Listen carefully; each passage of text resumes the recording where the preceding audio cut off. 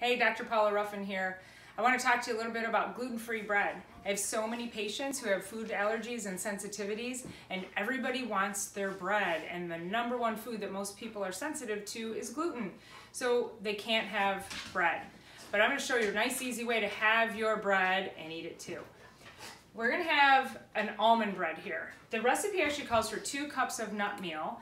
And what I'm fortunate enough to have my boyfriend who wild harvests acorns.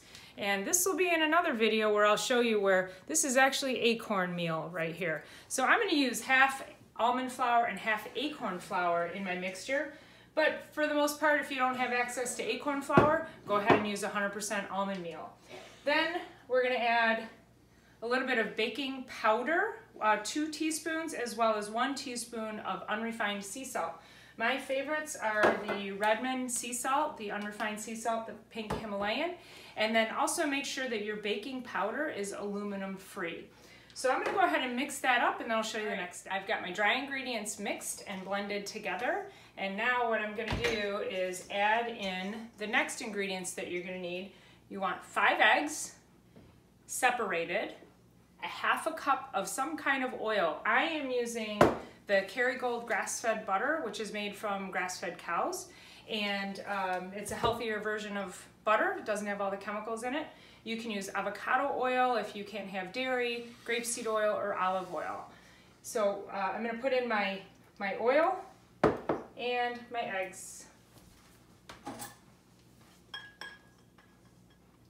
I'm going to save the egg whites because we're going to meringue these and fold them in last.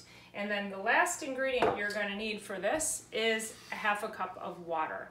So here's your ingredients. 2 cups of almond flour, half a cup of water, half a cup of oil, 2 teaspoons of baking powder, 1 teaspoon of sea salt, 5 eggs separated. Got it?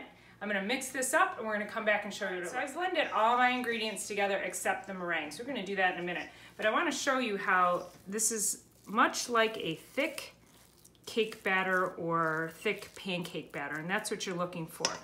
I need to pop my beaters off to get my meringues going, but as a note of safety, always unplug your hand mixer so that you don't take your fingers off in the process of taking your beaters off. The last step is to beat these egg whites until they are meringue, which is white, soft peaks. And so the key to that is making sure that you have a stainless steel bowl, and it should be cold. I actually put my stainless steel bowl in the freezer, and then I'm going to go ahead and get this on high speed with my hand mixer. And then what you're going to see is that it's going to get frothy and eventually start turning white and start to look like shaving cream almost. So we'll get this going and then we'll come back. So what you'll notice when you're almost done with your meringues is that you get these ribbons in the meringue, just like that.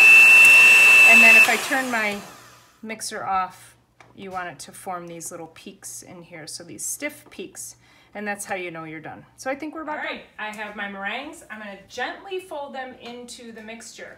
You've got to be careful when you fold these in because you don't want to break down those peaks. So this is a really delicate procedure here. So we'll get those in and just give them a little fold, and then you're going to notice how my mixture starts to really expand, and this is going to help with the lofting of our loaf that we're going to make.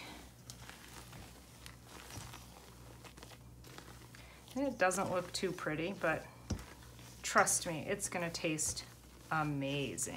All right, so I have parchment lining on my loaf pan.